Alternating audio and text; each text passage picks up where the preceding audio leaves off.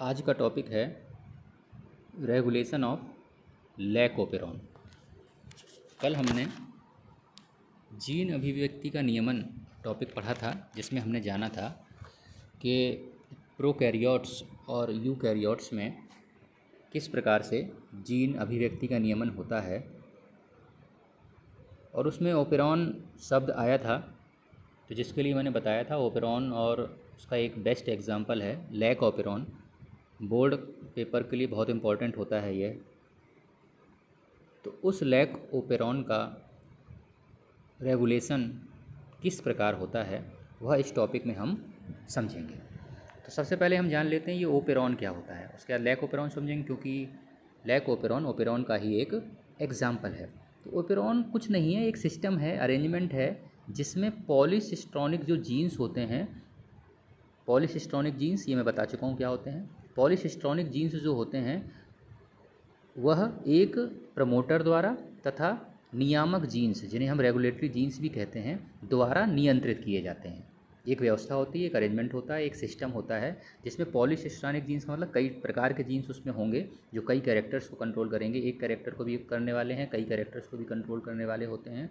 उनमें कंट्रोल करने का जो सिस्टम है वो किसके पास होता है, एक प्रमोटर तथा रेगुलेटरी जीन। तो प्रमोटर और रेगुलेटरी जीन मिलकर पॉलीसिस्ट्रॉनिक जीन्स को नियंत्रित करते हैं, वह व्यवस्था ओपेरॉन कहलाती है। अब आपका क्लियर हो गया होगा। तो उसी ओपेरॉन का सबसे अच्छा एग्जाम्पल लैक ओपेरॉन है। इसके अलावा भी बहुत सारे ओपेरॉन प्रेजेंट होते हैं, जैसे लैक ओपेरॉन है, टीआरपी ओपेरॉन है, हिस ओपेरॉन है, वेल ओपेरॉन है। ये भी इसी तरह के सिस्टम के एक उदाहरण हैं, लेकिन हमें केवल लैक ओपेरॉन ही समझना है, क्योंकि यही एक ओपेरॉन आपके सिलेबस में है, जिसको हम डिटेल में जानेंगे कि लैक ओपेरॉन होता क्या है। तो सबसे पहले इसको बताने वाले जो वैज्ञानिक थे वे थे जैकब व मोनोड। ये दो वैज्ञानिक थे, जैकब व मोनोड। इन्होंने लैक ओपेरॉन के बारे में सबसे पहले बताया था। और कैसे इसमें पॉलीसिस्ट्रॉनिक मतलब कई प्रकार के जीन्स होते हैं, उसके लिए पूरा टेबल के द्वारा मैंने समझाया है। यह बुक में मौजूद नहीं है। बुक में तो एनसीईआरटी की बुक में आपने देखा होगा, आप उससे पढ़ भी नहीं सकते। उसकी भाषा जो है बेहद ही क्लिष्ट, जिसे हम कहते हैं क्लिष्ट हिंदी है, सामान्य हिंदी नहीं है। तो इसीलिए मैं खुद लिखकर नोट्स आपको पोस्ट कर रहा हूँ, जिसको पढ़ने में आपको आसानी हो। तो जो लैक ओपेरॉन होता है उसमें 4 प्रकार के जीन्स होते हैं, जैसा आप देख पा रहे हैं 1 2 3 4। सबसे पहला होता है आई जीन। और ये इसका जो नेचर, अब जीन्स की प्रकृति 2 तरह की होती है, या तो वो संरचनात्मक होगा या फिर दमनकारी होगा, यानी रोकने वाला होगा, विघटन करने वाला होगा। तो ये जो आई जीन होता है ये इनहिबिटर होता है, रोकने वाला होता है, ठीक है। दमनकारी होता है, इनहिबिटर होता है। ये करता क्या है, इसका काम क्या है, यह लैक ओपेरॉन के रेप्रेसर के लिए कोड करता है। रेप्रेसर जानते हैं, बताया था मैंने, दमनकारी। तो ये लैक ओपेरॉन के दमनकारी के लिए कोड करता है, ठीक है। इसके बाद दूसरा जीन जो है वो है जेड जीन। इसका जो नेचर है ये संरचनात्मक होता है। और यह क्या काम करता है, यह बीटा गैलेक्टोसाइडेज के लिए कोड करता है। ये मैंने कल बताया था एग्जांपल, ई कोलाई में यह एंजाइम पाया जाता है। तो बीटा गैलेक्टोसाइडेज के लिए जेड जीन कोड करता है। और ये आपको पता है ये एंजाइम क्या करता है कि दूध की जो शर्करा होती है, लैक्टोज, एक डाइसैकराइड शर्करा है, इस लैक्टोज को 2 मोनोसैकराइड, एक ग्लूकोज प्लस गैलेक्टोज के अणु में तोड़ता है। यह जेड जीन के कंट्रोल में होता है। इसके बाद अगला जो जीन है वो तीसरा होता है वाई जीन। यह भी एक प्रकार का संरचनात्मक जीन है। यह क्या करता है, यह परमीएज, एक एंजाइम और होता है परमीएज। एंजाइम की पहचान है, लास्ट ईयर मैंने बताया था, एज सफिक्स जुड़ा होता है इसमें। तो यह क्या काम करता है, यह परमीएज के लिए कोड करता है। जैसे जेड जीन कर रहा था बीटा गैलेक्टोसाइडेज के लिए, यह परमीएज के लिए कोड करता है, जो बीटा गैलेक्टोसाइडेज के लिए कोशिका की परमिएबिलिटी को बढ़ाता है, कोशिका की पारगम्यता को बढ़ा देता है, यानी कि कोशिका को अवेलेबल करा देता है बीटा गैलेक्टोसाइडेज, ताकि वो बीटा गैलेक्टोसाइडेज लैक्टोज के ऊपर अपना प्रभाव दिखा सके। तो कोशिका में बीटा गैलेक्टोसाइडेज को एंट्री कराने की जो पावर है वह परमीएज के लिए है। और उस परमीएज को कौन कोड करता है, वाई जीन। ध्यान से समझेंगे। चौथा और सबसे लास्ट जीन ए जीन होता है। यह भी संरचनात्मक है और यह कोड करता है, एक और एंजाइम होता है ट्रांस एसिटाइलेज, इसके लिए कोड करता है। तो आप समझ गए होंगे कि लैक ओपेरॉन में किस प्रकार से जो डिफरेंट टाइप के एंजाइम्स हैं वह किस प्रकृति के हैं, प्लस उनका फंक्शन कार्य क्या होता है। तो अब हम बात करते हैं लैक ओपेरॉन होता क्या है। तो लैक यहाँ पे जो स्टैंड है ना, ये कब आपको लैक वर्ड कहाँ से है, ये लैक वर्ड आया है लैक्टोज से। तो इससे समझ में आ रहा होगा कि लैक जो ओपेरॉन है यह लैक्टोज के उपापचय से संबंधित होता है, कि लैक्टोज का जो मेटाबॉलिज्म है वो किस प्रकार से होता है, यह समझाने के लिए लैक ओपेरॉन को जैकब व मोनोड द्वारा प्रस्तुत किया गया था। अब इसके लिए कुछ टर्म होते हैं, पहले वो जान लेते हैं हम, फिर जानेंगे कि इसका जो नियमन है लैक ओपेरॉन का किस प्रकार होता है। तो एक टर्म आता है इसमें इंड्यूसर। इंड्यूसर जैसा नाम, इसे कहते हैं प्रेरक, प्रेरणा देने वाला।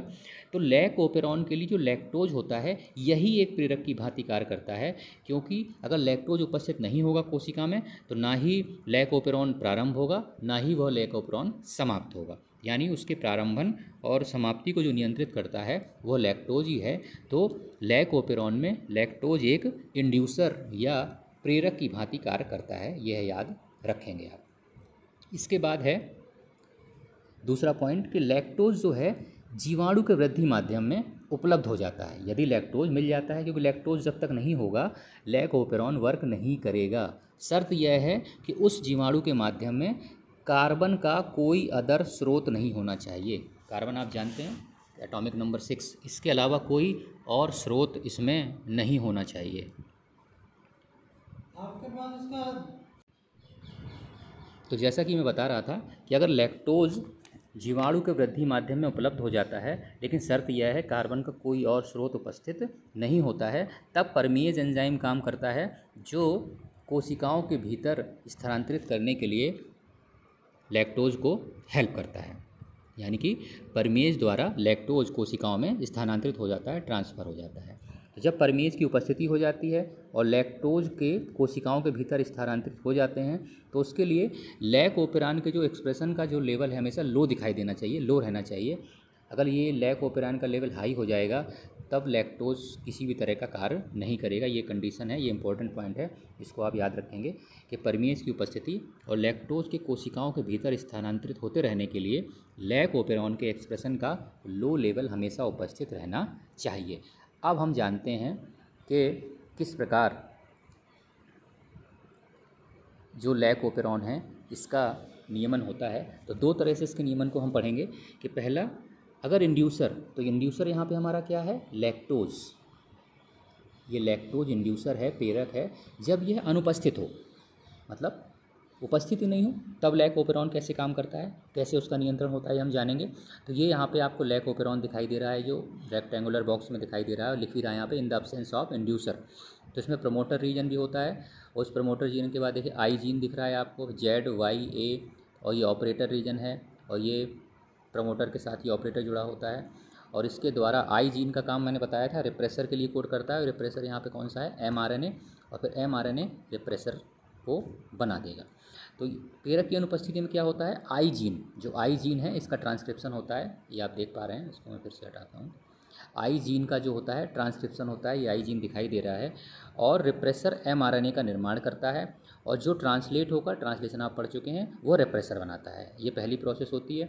अब ये रिप्रेसर क्या करता है, ओपेरॉन के ऑपरेटर, जहाँ पे ये ओ दिखाई दे रहा है, इस भाग से जुड़ जाता है, और RNA पॉलीमरेज, क्योंकि आपको पता है ट्रांसक्रिप्शन प्रोसेस के लिए RNA पॉलीमरेज एंजाइम की आवश्यकता होती है, पढ़ा चुका हूँ इसको बहुत डिटेल में। RNA पॉलीमरेज को Z, Y तथा A जीन्स के ट्रांसक्राइब होने को या ट्रांसक्रिप्शन होने को रोकता है। तो ये रिप्रेसर आई जीन ने बनाया, ये तीनों के ट्रांसक्रिप्शन को रोकेगा। Repressor binds to the operator region, O पे बाइंड हुआ, and prevents RNA polymerase from transcribing the operon. तो इसे हम कहते हैं नेगेटिव रेगुलेशन, यानी कि जब प्रेरक नहीं होगा तो नेगेटिव रेगुलेशन हो जाएगा। तो इसका मतलब क्या रिजल्ट निकला, अतः इन जीन्स के उत्पादों की अनुपस्थिति में लैक्टोज का मेटाबॉलिज्म रुक जाता है। यानी कि जब तक ये ZYA, ये तीन जो संरचनात्मक जीन्स थे लैक ओपेरॉन के, ये कार्य नहीं करेंगे क्योंकि रिप्रेसर ने इनके कार्यों को रोक दिया, तब तक लैक्टोज का मेटाबॉलिज्म कंप्लीट नहीं होगा।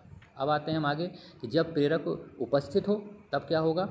तो जब प्रेरक उपस्थित होता है, यानी कि लैक्टोज जो आपका प्रेरक है यहाँ पे काम कर रहा है, लैक्टोज उपस्थित होता है in the presence of inducer, तो उस कंडीशन में क्या होता है, जो आई जीन है वो रिप्रेसर mRNA बनाएगा, तथा रिप्रेसर जो प्रेरक जीन आई के प्रोटीन उत्पाद से जुड़ जाएगा। ये प्रोटीन उत्पादन से जुड़ते ही ये इंड्यूसर आया, अभी तक इंड्यूसर नहीं था, ये रेप्रेसर से जुड़ा और इसको क्या कर देगा, इनएक्टिव कर देगा। ये प्रोसेस अभी दूसरे जो हमने स्टेप को पढ़ी उसमें नहीं होती है, इसको इनएक्टिव कर देगा। यह जो निष्क्रिय रिप्रेसर है यह आरएनए पॉलीमरेज को फिर निष्क्रिय नहीं कर पाएगा, और जब निष्क्रिय नहीं कर पाएगा तो ये तीनों जीन ZYA इस ट्रांसलेट होंगे और ट्रांसलेट होकर बीटा गैलेक्टोसाइडेज जेड वाला बनाएगा, वाई बनाएगा परमीएज, ए बनाएगा ट्रांसएसिटाइलेज। ये तीनों एंजाइम बना देंगे और ये तीनों एंजाइम की उपस्थिति में ही लैक्टोज का उपापचय कंप्लीट हो जाता है। तो यहाँ पे अच्छी तरह समझ में आ गया होगा कि लैक ओपेरॉन जो कंप्लीट होता है in the presence of inducer, प्रेरक की उपस्थिति में ही कंप्लीट होता है। अगर प्रेरक नहीं होगा तब रेगुलेशन नहीं हो पाएगा। प्रेरक की उपस्थिति में ये तीनों जीन्स हैं ZYA स्ट्रक्चरल जीन्स, ये तीनों अपने अपने रिस्पेक्टिव बीटा गैलेक्टोसाइडेज, परमीएज, ट्रांसएसिटाइलेज एंजाइमों का श्रवण करेंगे और इसी के द्वारा लैक्टोज का उपापचय पूर्ण हो जाएगा। तो यही हमने आज एक इम्पॉर्टेंट टॉपिक जाना कि लैक ओपेरॉन क्या होता है।